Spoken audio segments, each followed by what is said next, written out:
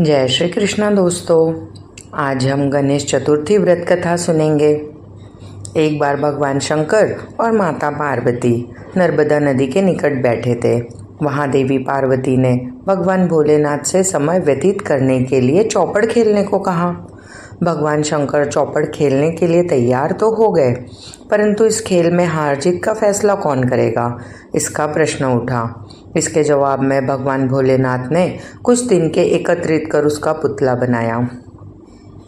उस पुतले की प्राण प्रतिष्ठा कर और पुतले से कहा कि बेटा, हम चौपड़ खेलना चाहते हैं, परंतु हमारी हार जीत का फैसला करने वाला कोई नहीं है, इसलिए तुम बताना कि हम में से कौन हारा और कौन जीता। ये कहने के बाद चौपड़ का खेल शुरू हो गया।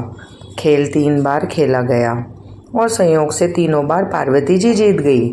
खेल के समाप्त होने पर बालक से हार जीत का फैसला करने के लिए कहा गया, तो बालक ने महादेव को विजयी बताया। यह सुनकर माता पार्वती क्रोधित हो गई और उन्होंने क्रोध में आकर बालक को लंगड़ा होने व कीचड़ में पड़े रहने का श्राप दिया। बालक ने माता से माफ़ी मांगी और कहा कि मुझसे अज्ञानतावश ऐसा हुआ, मैंने किसी द्वेष में ऐसा नहीं किया। बालक के क्षमा मांगने पर माता ने कहा कि यहाँ गणेश पूजन के लिए नाग कन्याएं आएंगी, उनके कहे अनुसार तुम गणेश व्रत करो, ऐसा करने से तुम मुझे प्राप्त करोगे। यह कहकर माता भगवान शिव के साथ कैलाश पर्वत पर चली गई। 1 वर्ष बाद उस स्थान पर नाग कन्याएं आई। नाग कन्याओं से श्री गणेश के व्रत की विधि मालूम करने पर उस बालक ने 21 दिन लगातार गणेश जी का व्रत किया। उसकी श्रद्धा देखकर गणेश जी प्रसन्न हो गए और श्री गणेश ने बालक को मनोवांछित फल मांगने के लिए कहा। बालक ने कहा कि हे विनायक, मुझ में इतनी शक्ति दीजिए कि मैं अपने पैरों से चलकर अपने माता पिता के साथ कैलाश पर्वत पर पहुंच सकूं, वो यह देख प्रसन्न हो। बालक को यह वरदान दे श्री गणेश अंतर्ध्यान हो गए। बालक इसके बाद कैलाश पर्वत पर पहुंच गया और अपने कैलाश पर्वत पर पहुंचने की कथा उसने भगवान महादेव को सुनाई। उस दिन से पार्वती जी ने शिव जी से विमुख हो गई। देवी के रुष्ट होने पर भगवान शंकर ने भी बालक के बताए अनुसार श्री गणेश का व्रत 21 दिनों तक किया। इसके प्रभाव से माता के मन में भगवान भोलेनाथ के लिए जो नाराज़गी थी वह स्वयं समाप्त हो गई। पार्वती जी के मन में स्वयं महादेव जी से मिलने की इच्छा जागृत हुई।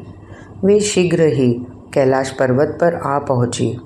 वहां पहुंचकर पार्वती जी ने शिव जी से पूछा, भगवान, आपने ऐसा कौन सा उपाय किया जिसके फलस्वरूप मैं आपके पास भागी भागी आ गई हूँ।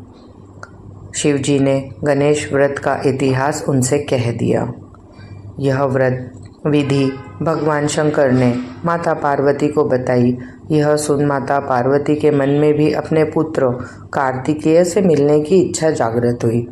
माता ने भी 21 दिन तक श्री गणेश व्रत किया और दूर्वा, पुष्प और लड्डुओं से श्री गणेश जी का पूजन किया। व्रत के 21वें दिन कार्तिकेय जी स्वयं पार्वती जी से मिलने आ गए। कार्तिकेय ने यही व्रत विश्वामित्र जी को बताया।